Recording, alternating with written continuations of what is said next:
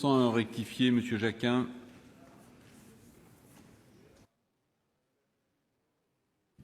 Merci Monsieur le Président, Monsieur le rapporteur, Madame la Ministre, mes chers collègues.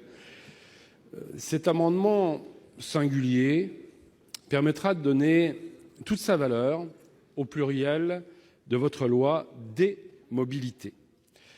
Nous partageons votre ambition de passer du droit au transport au droit aux mobilités et à toutes les mobilités pour tous. Mais pourquoi je vous propose d'intégrer cet adverbe verticalement à cette définition de la mobilité? Je vais vous raconter l'histoire d'une rencontre récente au Congrès des maires. C'était cette année-là, dans le Grand Hall. Il y avait une conférence sur les inégalités d'accès aux services de proximité. Bien entendu, on parlait abondamment, notamment de la question des déserts médicaux.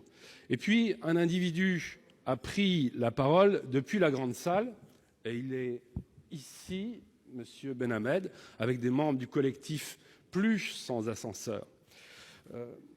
Et il est intervenu de cette manière en disant « Je vais vous parler du service de proximité qui est le plus proche des habitants, l'ascenseur, avec 100 millions de trajets par jour. C'est le premier moyen de transport en France. » Il a été à demi applaudi. D'ailleurs, mon voisin, un maire de Meurthe-et-Moselle, une commune de 122 habitants, m'a dit « Mais il dit n'importe quoi, ce gars-là, c'est pas l'endroit. » J'ai dit « Mais non, il dit la même chose que toi lorsque, dans ton village, tu mets en place un transport à la demande parce qu'il y a Madame Petit au bout du village qui n'a pas de voiture, qui n'a pas sa famille sur place et qui est bloquée et qui est enclavée. » En premier, quand on pense à l'ascenseur, on pense au logement et à une personne à mobilité réduite qui est bloquée chez elle. Et quelquefois, pour de trop longs mois, et ça arrive. Mais il n'y a pas que le logement. Il y a dans l'espace public des ascenseurs. Il suffit, Madame la Ministre, d'aller sur la ligne 14 du métro pour voir de nombreux ascenseurs. Il peut arriver qu'une personne soit bloquée sur les quais par défaut d'ascenseur. Dans les entreprises, au travail aussi. Mais pensez également à ce problème réel de droit du travail où une assistante maternelle au 14e étage est contrainte à cesser son travail parce que les parents ne peuvent plus emmener ses enfants. Alors cet adverbe, c'est tout sauf un gadget, en même temps qu'il nous propose d'élever la réflexion sur le désenclavement. Je vous remercie. Merci. Donc l'avis de la commission, monsieur le rapporteur.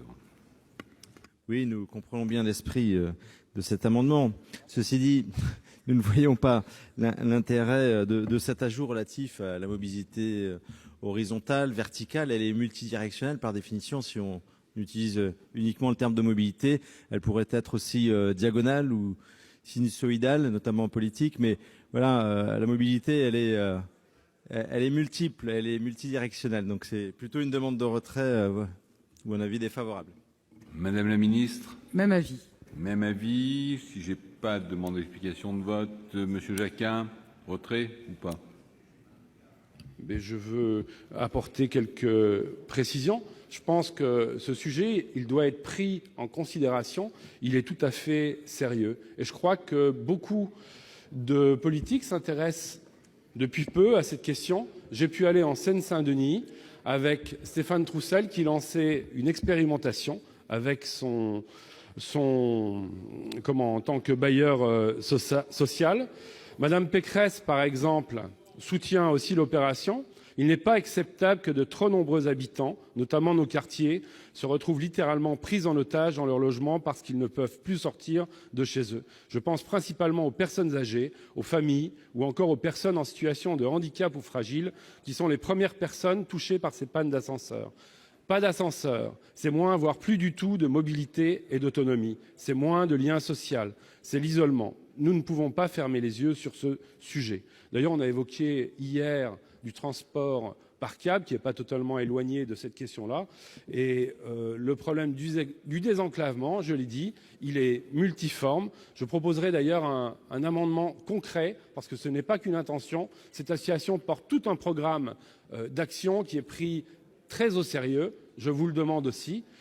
J'ai dit que c'était un amendement d'appel. Je le retire à ce stade. Et je vous remercie de votre écoute attentive.